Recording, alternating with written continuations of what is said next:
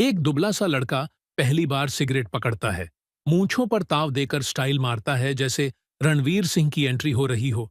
फिर जैसे ही पहला कश खींचता है, सीधा मुंह फुलाकर ऐसे खांसता है जैसे भूत घुस गया हो।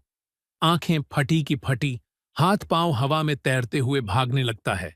इतने में पास से गुजरती आंटी डर के चिल्ला उठती हैं, अरे राम, चुड़ैल घुस गई इसमें। लड़का बीच सड़क पर खांसते खांसते ऐसा नाचता है जैसे नागिन डांस की प्रैक्टिस कर रहा हो, और लड़खड़ाते हुए कहता है, भाई, सिगरेट नहीं, तांत्रिक का प्रसाद था।